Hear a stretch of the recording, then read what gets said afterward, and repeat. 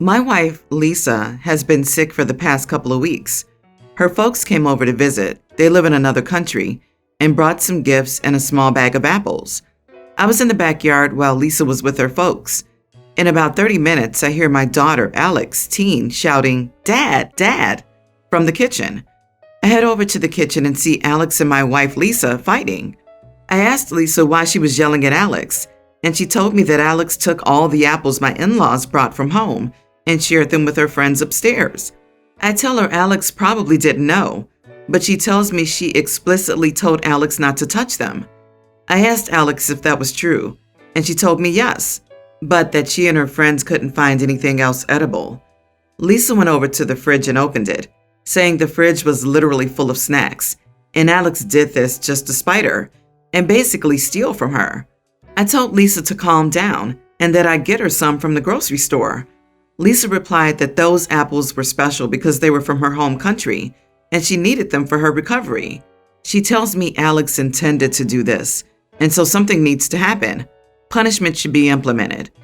I tell Alex to go upstairs and Lisa and I start arguing. I refuse to punish Alex because even if what she did was intentional, she's a kid and it's typical behavior.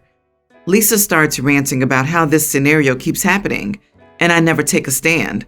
But I reply that she's just obsessed with having my daughter punished for some reason. She stops arguing now and stares at me. She then walks out and stays with her folks until they leave.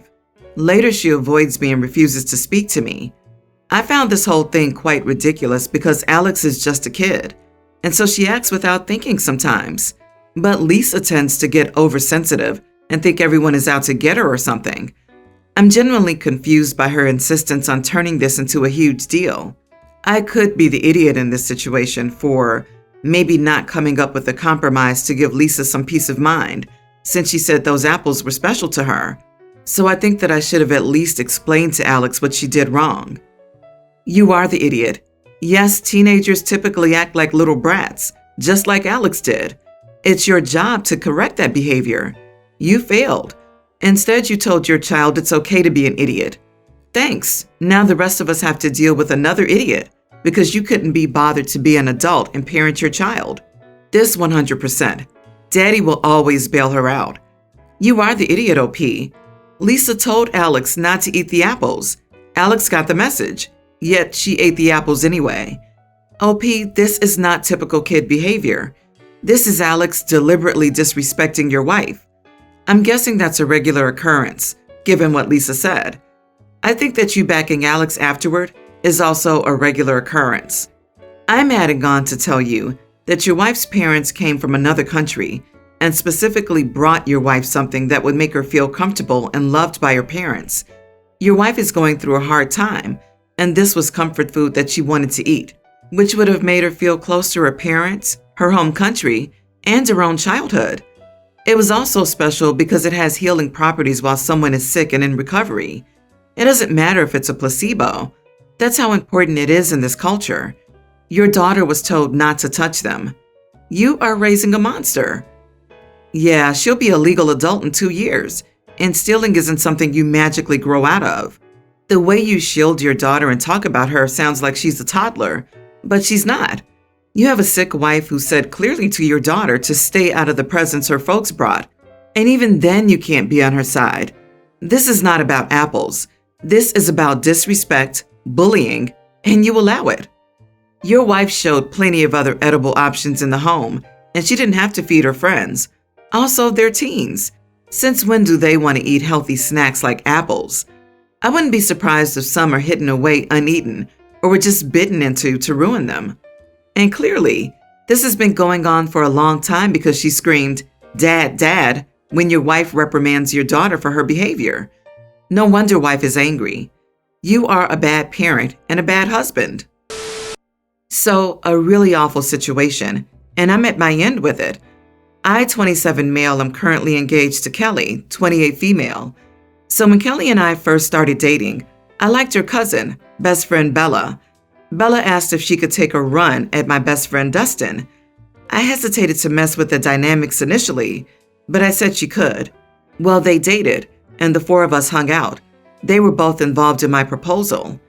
Well, about a year ago, Bella cheated on Dustin. She then demanded couples counseling, and when he refused, she gaslit him as well. The way she cheated on him was awful, so I shunned her the last year. Whenever I have to be around her, I avoid her like the plague. I pretend like she doesn't exist. I've not said a word to her in almost a year. My girlfriend completely understood my position and didn't speak to her cousin for a long time. But she did ask her to be a bridesmaid, unfortunately. We argued about this, as I didn't want her at the wedding, but Kelly compromised and said I could make the call on the +1 if she got to be in the wedding. Dustin is my best man, so we've been considering his feelings. So I texted Bella and told her that I didn't want her in the wedding. Kelly wanted her there, and it wasn't my place to stop that, but that she wouldn't be getting a +1, and to please not speak to me or Dustin the entire night. She called my girlfriend, who then brought me into the room. Kelly said it was unfair that she didn't get a +1 when she has a boyfriend, and Dustin is single. I snapped and said, "You're lucky you're even getting invited, considering you don't respect relationships. So Dustin can bring whoever he wants. Why should he be punished because you can't close your legs?" She started to cry crocodile tears and said she needed someone there to support her. She's not the maid of honor, and that she really wanted her +1 back or just make it even. Dustin doesn't get one if she doesn't. My girlfriend started to agree with this, but I reminded Bella that she had caused this. So if she doesn't like it, then she can drop out, and I'm sure Dustin and I would rather have that, to be honest. My girlfriend told me I was an idiot. I told her that her cousin needed to hear it, that it's our wedding, and I've already compromised even having her there. That it's already going to be a stressful situation with Dustin and Bella in the same wedding party. So if Bella can't handle not having someone there while Dustin can, then maybe she isn't that close of a friend to Kelly. Kelly is saying I went too far this time, and I'm being too big of an idiot. Dustin and my family are supportive of my stance, and Dustin has thanked me for having his back. Am I the idiot? You are the idiot. Just let them both have the option for a +1 and be done with it. Dustin and Bella are adults and can handle their own stuff without you getting involved and making things complicated. You say you're trying to prevent drama, but you know you're causing it, right? Bella is your wife's family, so she's not going anywhere. It's been a year. Get over it and grow up. Not the idiot.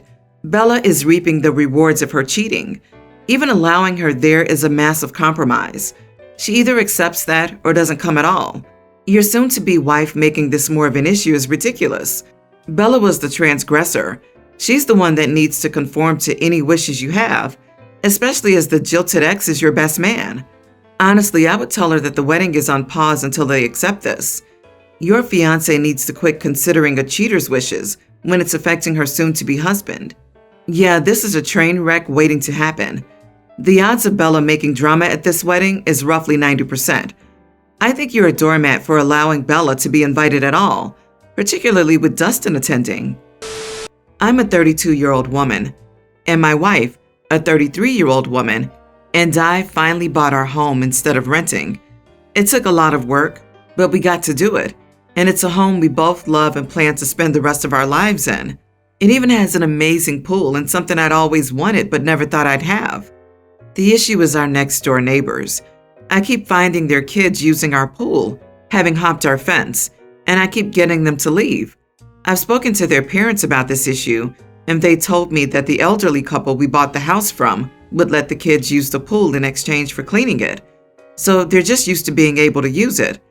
I told them that that was fine when it was the last neighbor, but it's something my wife and I are not comfortable with, as we don't know them well enough. Plus, if the kids are hurt, we'd feel awful about it.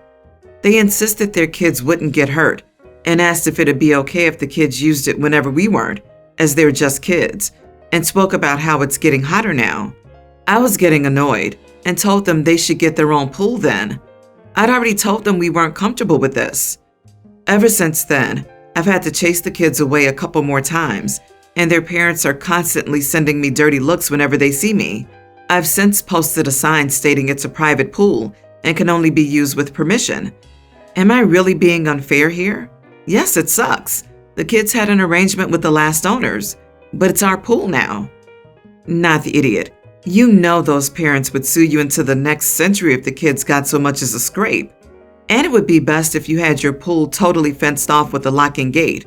I would also report the kids to the police as trespassing, if only to put the parents on notice. Tell them if you find their kids in your pool again, you will file trespassing against them with the police. They're not entitled to use your pool whenever they want, plain and simple. And yes, I would also be worried that if something bad did happen, they would blame you. So it's just not worth it for you. Their agreement with the prior neighbor does not automatically transfer to you. Also, put up a camera on the pool and get video evidence of their trespassing, as you may need it to go to court if they decide to continue their course of idiotom. Your pool, your property, your privacy, your liability, your decision.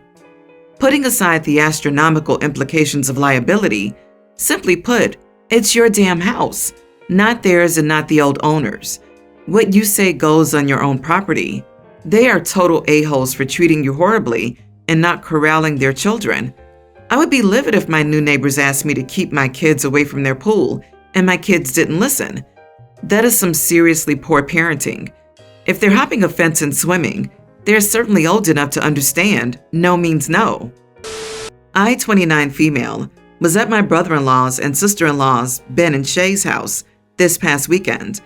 They invited my husband's family over and announced they were expecting a baby. Everyone was really excited, and we continued to celebrate.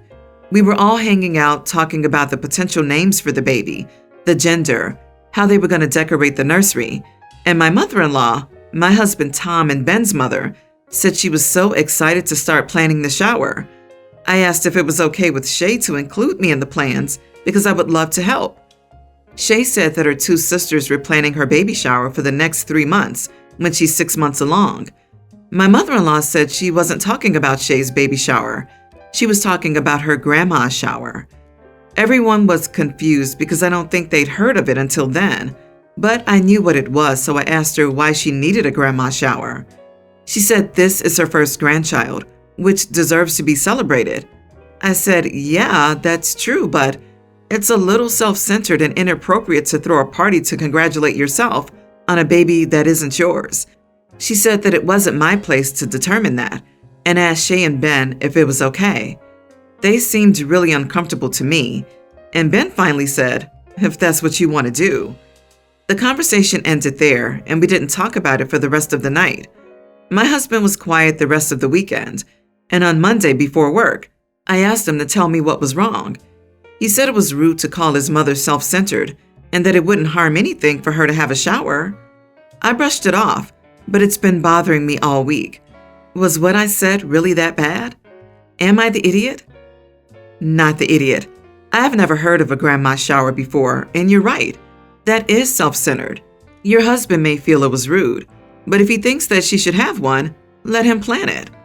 Maybe it didn't need to be said, but I think it's more of an idiot move for your mother-in-law to celebrate herself that way. What happens at a grandma's shower? Do people give her gifts? This sounds so strange to me, especially since baby showers are supposed to be about helping the parents prepare for the baby and celebrating their new chapter. I'm going to say not the idiot. It does sound incredibly self-centered. Are there grandpa showers? Our aunt and uncle showers? Oh, you're having a baby. Yay, let's make this about how it will be for me. So cringy. The baby shower is for the baby. It's not a mommy shower, a daddy shower, or a granny shower. It's a baby shower. Your mother-in-law sounds super entitled, and her kids have likely been trained from a young age to accept her wacky antics as normal. Their perspective is probably skewed from years of abuse. I'm sure Grandma will expect gifts for the nursery she plans on making at her house when she babysits her baby.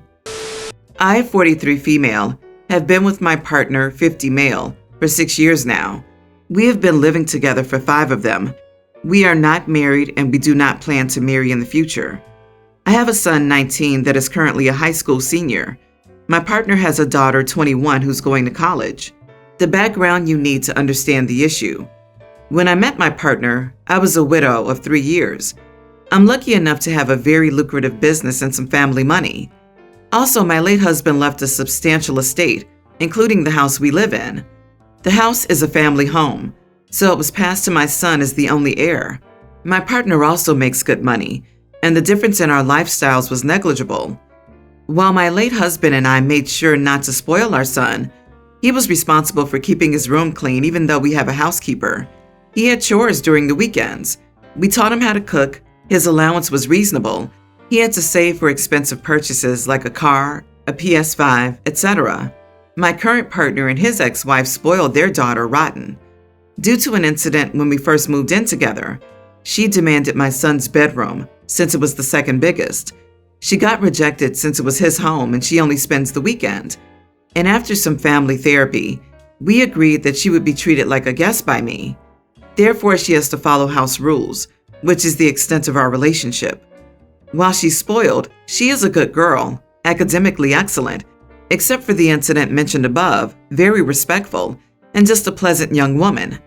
The problem is that I didn't know the extent to which my partner spent money on her.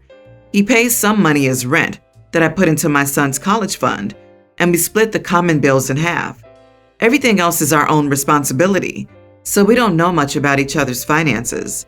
My son is planning to tour East Asia during the summer, and I was happy to give him the money to do so as a gift for getting into a very prestigious college. When my stepdaughter heard about it, she asked her dad to pay for a tour of Europe since he didn't send her on one after she got into college. He agreed because he never says no, but he came to me asking me to lend him close to $30,000.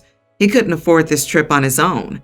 I'm not even giving that much to my son, and his plane tickets are more expensive. I refused. Since this wasn't an emergency, I said he could save and send her on the trip after she graduated college. Now he's not talking to me, saying that I'm choosing favorites. I have no relationship with his daughter, so I don't know how that's even applicable, and putting money over his happiness and relationship with his daughter. So, am I the idiot? I can easily afford to lend him the full amount. I just don't want to, because his reasons are not convincing enough. Not the idiot. What? $30,000? My first European vacation was when I was 31 years old and cost a total of roughly $2,500, including airfare. Jesus! That's because you didn't stay in 5-star hotels and plan to shop until you drop.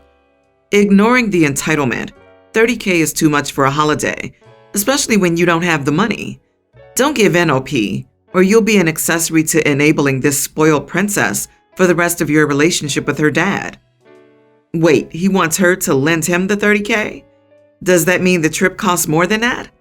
Daddy's little princess will have a very rude awakening when she finds out that employers, friends, and partners don't just roll over and agree to all her demands or bankroll her. OP, does saying no once seriously mean his daughter will love him less? Does he see no issue with having a transactional relationship with his child? Was this not the wake-up call he needs to see how toxic his relationship with his daughter is? Please let me know if I missed anything, because I don't know how your partner could be an even bigger idiot, but I'm sure he'll surprise you and us at this rate. In your split financial setup, you aren't playing favorites. You're giving your son a gift. He can give his daughter a similar gift if he chooses, but it'd be on him to pay for it. This makes my head hurt. Obviously, things would be different if you had shared finances, but you don't. Hard, not the idiot. Congratulations to your son for doing well and getting into a great school. Traveling is such an excellent experience for the soul.